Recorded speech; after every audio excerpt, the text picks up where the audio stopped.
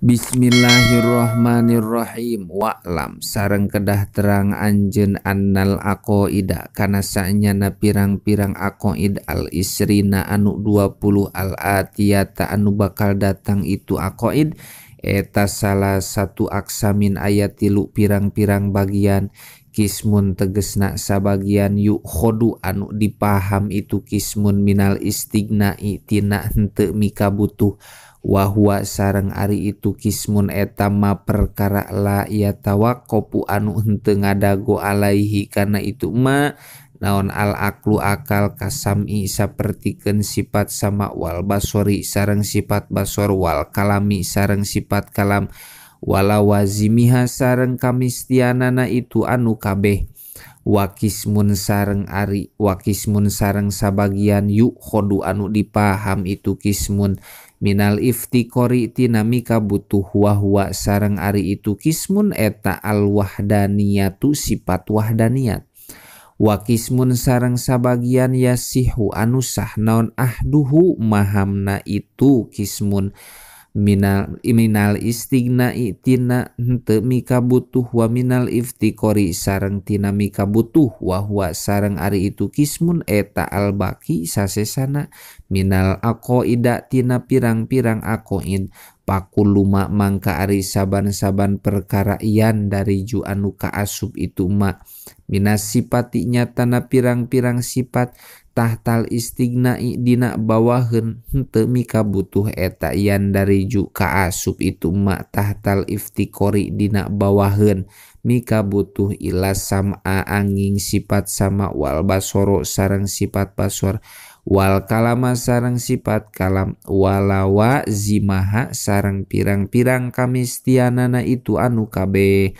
wa kuluma sareng ari saban-saban perkara ian dari ju anu kaasub itu ma tahtal iftikori dina bawaheun mika butuh eta yan dari ju kaasub itu ma tahtal istigna'i dina bawaheun henteu mika butuh ilal wahdaniyata angin sifat wahdaniyat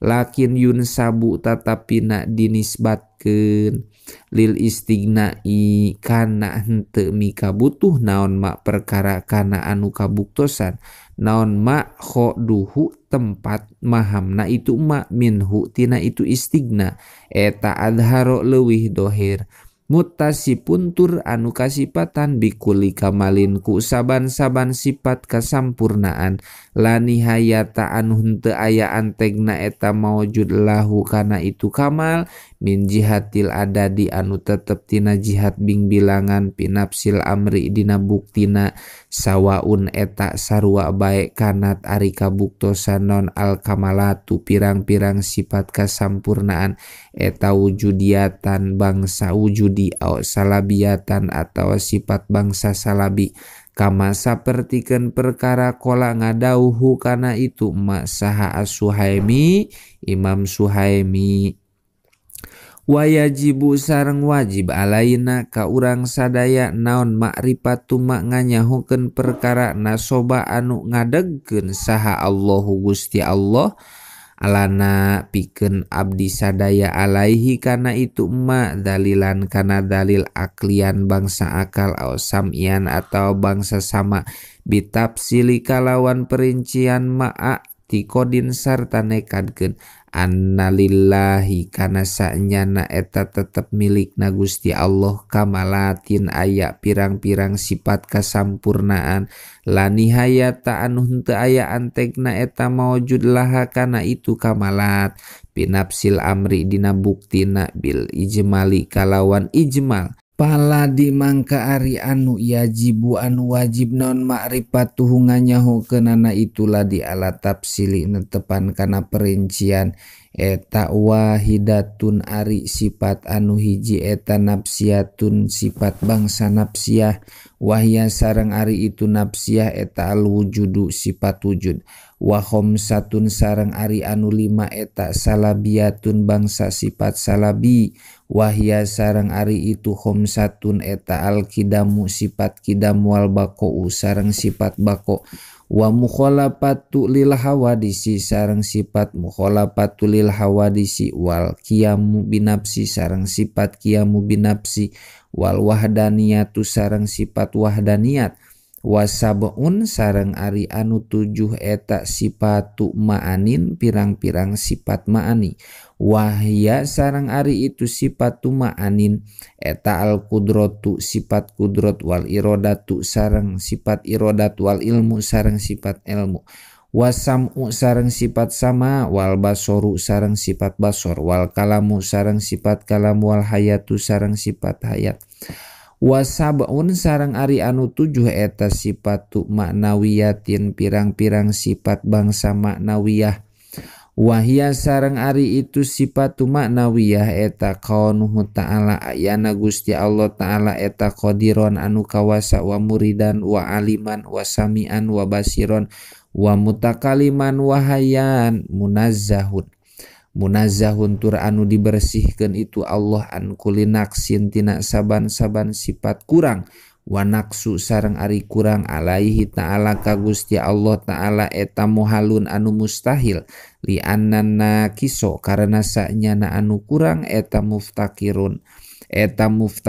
anu mika butuh ilaman kana anu yukammilu anu nyampurnakeun itu man hu kana itu nakis, hu ka itu nakis, bidaf inna ko isi ku nolakna pirang-pirang kakurangan anhu ti itu nakis, wahukia sareng dihikayat kenaon anna asiyata kana sanyana Siti Asiyah eta kolat ngadauh itu Siti Asiyah li Fir'aun naka Fir'aun, uridu hal nanga maksud abdi minka ka anjeun Allah ba kana ulin-ulinan,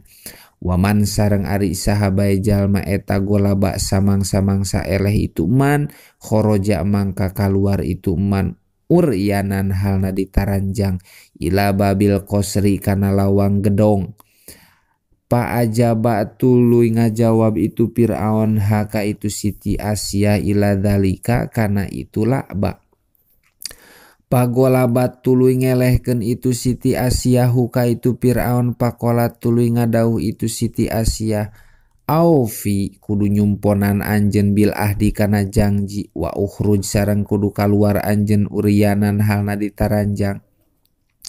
pakola tuluy ngadauh pakola tuluy nyarita itu Fir'aun ispahi kudu ngahampura anjeun ani ti kami, walaki sareng eta tetepikeun anjeun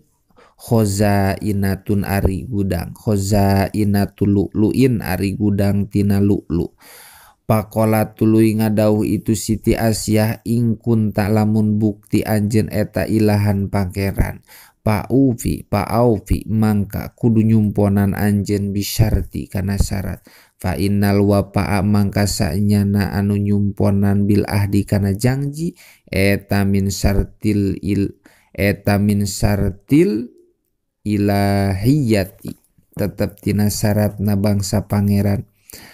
patajarroda tuluy ngalaan itu Fir'aun min siabihi tina bajuna itu Fir'aun, palamaroat tuluy samang-samangsa ningali huka itu Fir'aun saha ala jawari amat kaparna mangka nampik itu jawari bihi sabab itu Fir'aun, likubahi suratihi karena goreng rupana itu Fir'aun, wa amanna tuluy iman itu jawari billahi ta'ala ka Gusti Allah ta'ala, wa kanat sareng kabuktosan saha Asiyah tu Siti Asiyah eta ta'ridu ngasongkeun itu Siti Asiyah alaihinna ka itu jawari